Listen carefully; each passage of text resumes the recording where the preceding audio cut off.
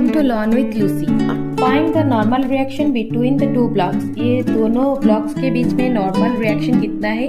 और normal reaction between the surface and the mass m और surface and mass m के बीच में normal reaction क्या है ये पूछा गया है। ठीक है, तो इस पॉइंट में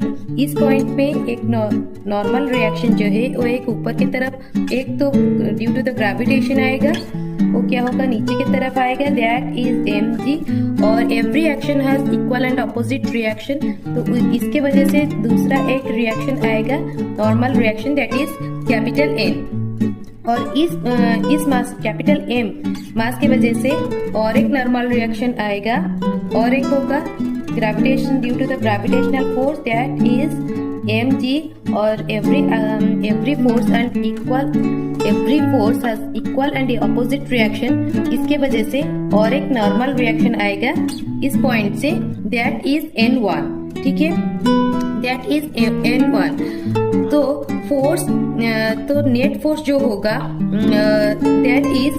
इसके वजह से इस पॉइंट पे और एक इस मास के वजह से जो फोर्स आएगा, तो ये क्या होगा ना, ये वाला कैपिटल N, ये वाला क्या है, force acted M on N, मतलब ये स्मॉल m कैपिटल M के ऊपर जो फोर्स अप्लाई कर रहा है वो क्या है ना, N है। ये क्या है ना, force acted by small m, ये small m mass capital M मास के ऊपर एक फोर्स अप्लाई कर रहा है, दैट इज कैपिटल N, ये वाला फोर्स। ठीक है, M ऑन कैपिटल M। तो इसको अगर हम लोग फ्री बॉडी डायग्राम में अगर लिखेंगे तो स्मॉल m मास के लिए पॉइंट मास हम लोग ले लिए स्मॉल m, और ऊपर की तरफ एक मास फोर्स अप्लाई हो रहा है, दैट इज कैपिटल N, और नीचे की तरफ एक फोर्स अप्लाई हो रहा है, दैट इज mg। ठीक है, और कैपिटल M उसमें क्या कौन सा फोर्स अप्लाई हो रहा है ना, कैपिटल N1, और एक क्या है ना, mg। ठीक है, कैपिटल N1 प्लस